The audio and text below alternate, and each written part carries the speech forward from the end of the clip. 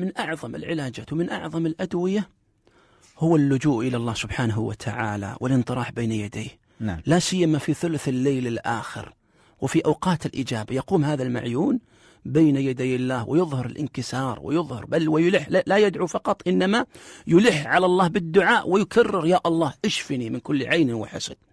هذا من أعظم أسباب حصول الشفاء. أيضا الرقية الشرعية لا سيما سورة الفلق والناس. نعم. يكررها بكثرة فيرقي ويقرأ مرة ومرتين وعشر وعشرين، ولو إن شاء الله من غير تحديد عدد، لو إن شاء الله قرأ 1000 مرة من غير تحديد عدد. نعم. فيقرأها مرات كثيرة ويكرر ومن شر حاسد إذا حسد ومن شر حاسد إذا حسد، يكررها وبإذن الله سبحانه وتعالى يحصل له الشفاء. يكرر المعوذات وأيضا مثل ما ذكرت الدعاء في الثلث الأخير. والله كم من أنا أعرف يعني أحد شاب صغير نعم. أصيب شيء من هذه الأمراض وكنت أرقي سبحان الله بالساعات، وكان نعم يحصل عنده تحسن لكن ليس بذلك التحسن المطلوب.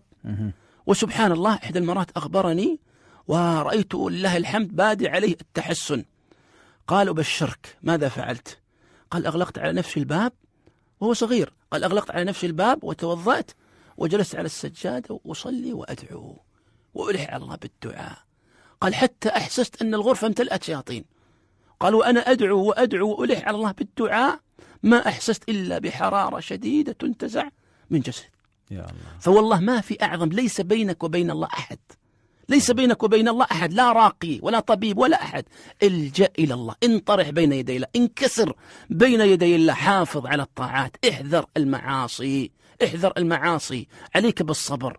هذه من أعظم الأدوية. أفرغ قلبك من التفكر في الحاسد. لا تجلس تقول فلان حسدني، فإن هذا ما يزيد البلاء، ما يزيد أثر العين. لا تتفكر، أفرغ قلبك من التفكر في الحاسد. هكذا أكثر من النوافل، أكثر من الحسنات، الأعمال الصالحة. أيضا من الأمور جدا المهمة مدافعة المرض. لا تستجيب للمرض، أنت متميز في عملك. نعم. أصب بالعين، قاوم المرض، حاول تكسر هذا الشيء. هذا من أعظم ما يبطل العين. عندك العين أثر على العلاقة بينك وبين زوجتك، لا اقترب منها أكثر.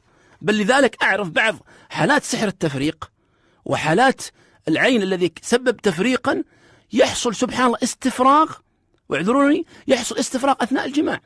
فإذا كسرت هذا الشيء وعملت بما يعني كان ضد هذا العين وما استجبت لأثر هذا العين في عملك، في صلاتك، في عبادتك، في تعاملك مع الناس، بإذن الله سبحانه وتعالى يبطل هذا الشيء ويدفع عنك أثره. أما إذا استجبت نعم. إذا استجبت فإنه يزيد عليك. إذا استجبت وانعزلت وقلت خلاص أترك هذا العمل، سأترك تجارتي، واستسلمت، سيزيد عليك إلى ما لا نهاية. طيب بارك الله. إذن احنا نختصر العلاج إلى 3 أمور: اللجوء إلى الله والدعاء، الأمر الثاني اللي هو قراءة المعوذات، الأمر الثالث قراءة الأذكار الصباح وفي المساء. مدافعة المرض، مقاومة المرض. نعم.